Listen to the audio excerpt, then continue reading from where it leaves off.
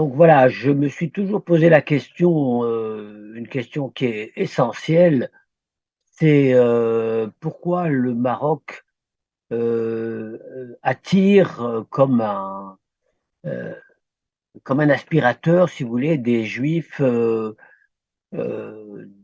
qui sont d'origine du Maroc, mais pas que les juifs, les Marocains en général, retournent, très régulièrement. Il y a un désir de retrouver ses racines. C'est un phénomène qui est très particulier au Maroc et que l'on voit pas souvent dans d'autres pays. C'est-à-dire que les gens quittent leur pays, en ce qui concerne le continent africain, hein, mais pas que, généralement ne retournent pas ou n'ont pas un désir de retourner parce que et ce phénomène-là n'est pas le cas au Maroc. Donc il y a, à cette question, je me suis dit que la diversité, au sein même du Maroc, des populations, de toute confession, la diversité des populations musulmanes, tout autant, fait il y a là une harmonie, de la diversité, une harmonie des différences, que l'on ne trouve pas ailleurs. Et à vrai dire, je pense que c'est la la la le roi actuel, Sa Majesté Mohamed VI, Dieu l'assiste évidemment pour cette capacité d'unifier, je dirais, c'est comme un vrai chef d'orchestre qui a des musiciens qui jouent d'instruments différents et qui arrive à sortir, à faire ressortir une harmonie. Donc je dirais que pour moi, le Maroc, dans toute sa diversité, c'est l'harmonie. L'harmonie au niveau des langues, au niveau des couleurs, au niveau de l'habillement, au niveau des genres, euh, l'harmonie dans le culinaire. Il y a tellement de différentes manières de cuisiner, etc.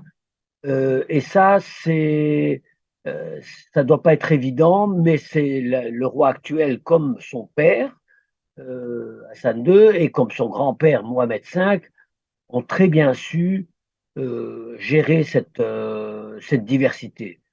Et pour moi, ça, c'est une des forces que ce pays a et qu'il aura, à mon avis, encore pour longtemps. Voilà, après, comme je le disais, les Marocains dont je fais partie, les Marocains de manière générale, toutes confessions confondues, sont un peu partout dans le monde.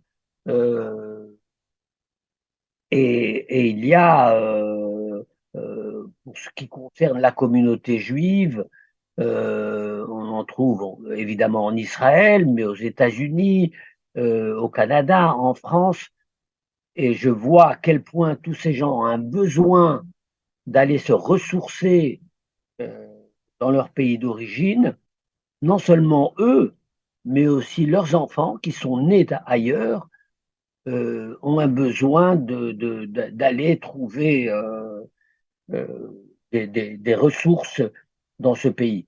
Et on voit pour le moment, nous sommes en train de monter une institution à Tanger en ce qui concerne la population juive judéo-espagnole, c'est-à-dire du nord du Maroc. On parle de Tanger, Tétouan, Chaouen, Azila, etc. Ces gens se trouvent aujourd'hui beaucoup dispersés en Amérique latine et aussi en Espagne.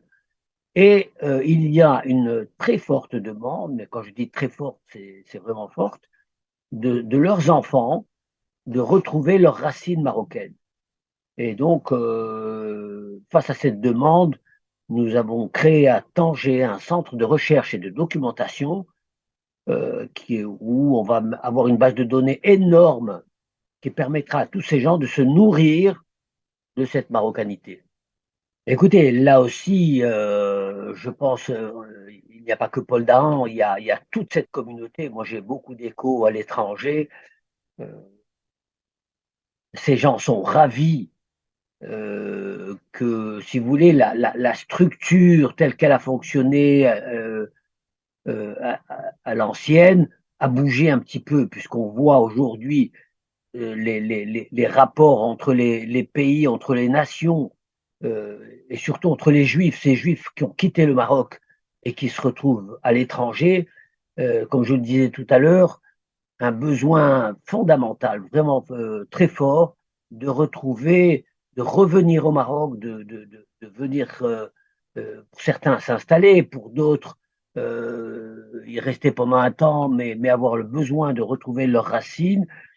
Et cette structure que Sa Majesté le Roi a mise en place euh, est très très importante. Je pense qu'il y a une attente très forte de ces gens-là, de voir comment ils vont pouvoir eux-mêmes se réinvestir, se greffer de nouveau à quelque chose qui était naturellement une greffe qui existait depuis des siècles, qui s'est détachée pendant un certain temps au niveau de l'histoire et qui demande à retrouver sa place originale. Voilà, je le dirais comme ça, comme un morceau de notre cerveau qui n'a pas été actif pendant un temps et qui demande à se réactiver. Et je pense que ça, c'est une force. Parce que nous parlons de plusieurs centaines de milliers de personnes, qui n'est pas loin du million de juifs marocains à l'étranger. Euh, et je n'ai aucun doute là-dessus que ces gens reviennent, veulent revenir et veulent investir et s'investir dans le Maroc.